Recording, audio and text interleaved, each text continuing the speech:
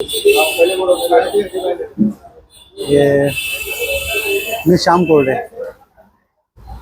आता जे प्रकरण जे चाललंय, संपूर्ण व्हिडिओ व्हायरल होतात आहे. काही पत्रकारांनी आपल्या हॉटेलवरती एलिगेशन आलेलं आहे. त्या एलिगेशन संदर्भामध्ये मी माझा खुलासा करायचा आहे. मला 2024ची ही गोष्ट आहे. माझ्याकडं कुठला एक पाहुणा येतो किंवा कोणी कस्टमर येतो, ग्राहक येतो, तर आपण त्याची ID घेऊन, त्याचे ओळखपत्र घेऊन आपण त्यांना रूम प्रोव्हाइड करतो. तो कोण असतो, काय असतो, त्याचं आपल्याला काय माहिती नसतं. आपलं काम एक आहे की बाबा तो कुठला व्यक्ती आला तर त्याची ID घ्यायची, ID प्रोव्हाइड करून घ्यायची आणि त्याला आपण रूम भाड्याने द्यायचा. आपण तशी पूर्ण प्रक्रिया केलेली आहे. हा जो प्रकार आहे हा 2024चा प्रकार आहे.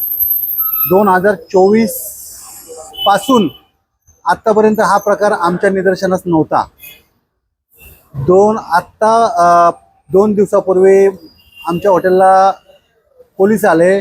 काही 3-4 लोक आले, अनोळखी लोक आले. मग तिथे त्यांनी माहिती घेण्यास सुरुवात केली. तेव्हा आम्हाला माहिती पडलं की बाबा इथे असं झालेलं आहे. असं झाल्यानंतर आम्ही त्याची सखोल चौकशी करायचा प्रयत्न केला की बाबा काय नक्की आहे. पोलिसांकडून माहिती घेतली, 4 लोकांकडून माहिती घेतली, हे सगळं माहिती घेतलं.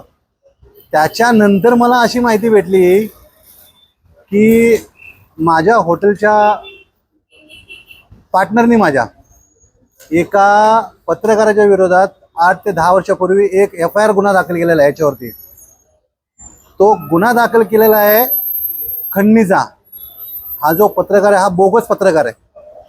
हा फक्त लोकांना काहीतरी एक कोणाची तरी कमजोरी पकडायची आणि त्याच्याकडून खंडण्या वसूल करायच्या.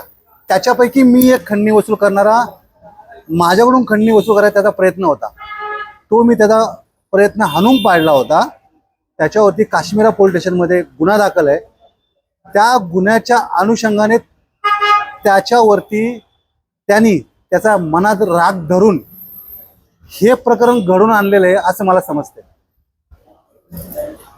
ह्या प्रकरणामध्ये मी माननीय पोलीस कमिशनर साहेब, पोलिसांना विनंती केलेली आहे की बाबा हे जे प्रकरण चालू आहे ह्या प्रकारामध्ये साहेब आपण योग्य ती कारवाई, सखोल चौकशी करून ह्या कारवाईचा, ह्या मॅटरचं छडा लावून ह्याच्यामध्ये जे हे आरोपी आहेत ह्यांना आरोपी बनवून ह्यांच्या विरोधामध्ये गुन्हा दाखल करून ह्यांना योग्य ती शिक्षा द्यावी ही माझ्यातर्फे माननीय पोलीस साहेब यांना विनंती आहे.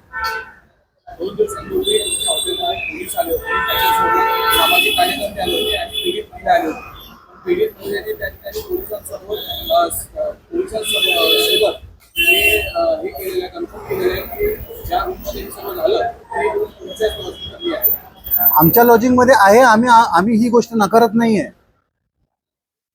ही गोष्ट आम्ही नकार नाही कारण आम्ही त्याचे जे डॉक्युमेंट, जे शासनाचे नियम आहेत त्या नियमाचं कुठेही उल्लंघन केलेलं नाही आहे. आम्ही नियमामध्येच राहून पूर्ण कायदेशीर कारवाई, कायदेशीर कृत्य, कायदेशीर बाबी पूर्ण करून आम्ही त्याला रूम प्रोव्हाइड केलेला आहे. रूमच्या आतमध्ये जाऊन त्या व्यक्तीचं ते पर्सनल जगणं आहे. तो आतमध्ये काय करतोय काय नाही करतोय हे आम्ही बघू शकत नाही. याचं आम्हाला काही माहिती नाही आहे. आणि ते माणसं कोण आहेत, काय आहेत, कोण कसं आहे ते आम्हाला काही माहिती नाही. जेव्हा आम्हाला परवा दिवशी पोलीस आले, काही लोक, अनोळखी लोक तिथे आले, त्यानंतर आम्हाला माहिती पडलं की बाबा हा प्रकार असा झालेला आहे. त्यावेळी हे सर्व 1 वर्षापूर्वी प्रकरण झालं तर तुमच्या हॉटेलमध्ये आले, चेकिंग केलं, त्यावेळी किती लोक आले होते? जे लोक आले होते त्या लोकांच्या आमच्याकडे ID गिडी, त्या लोकांचे आमच्याकडे एंट्री आहे.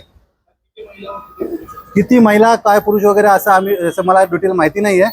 पण जी डिटेल आहे ती आम्ही कागदोपत्री पोलिसांना पुरवलेली आहे.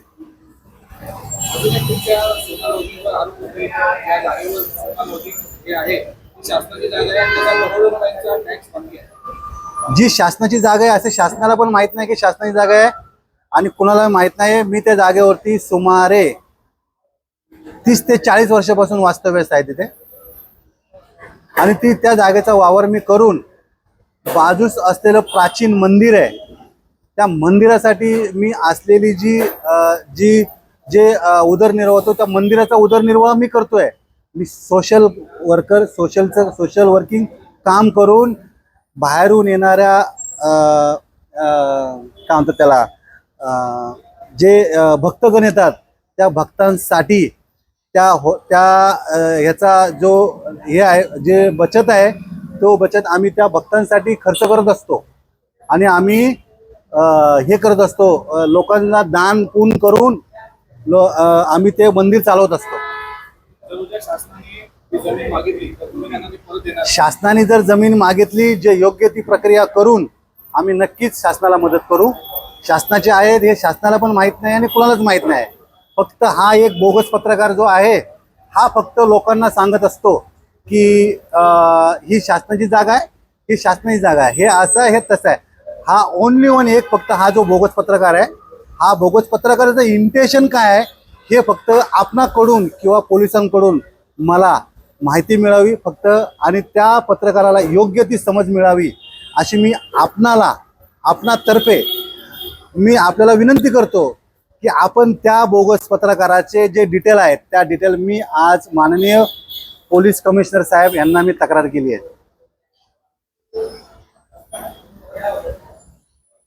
ह्या पत्रकारावरती आणि ह्या संबंधितांवरती ज्यांनी आमच्या प्रॉपर्टीमध्ये मिसयूज केले, त्या प्रॉपर्टीचं माझं नाव खराब करायचा प्रयत्न केलाय, माझं करिअर उद्ध्वस्त करण्याचा प्रयत्न केलाय, अशा लोकांवरती लवकरात लवकर योग्य ती कारवाई करण्यात यावी अशी माझी नम्र विनंती आहे.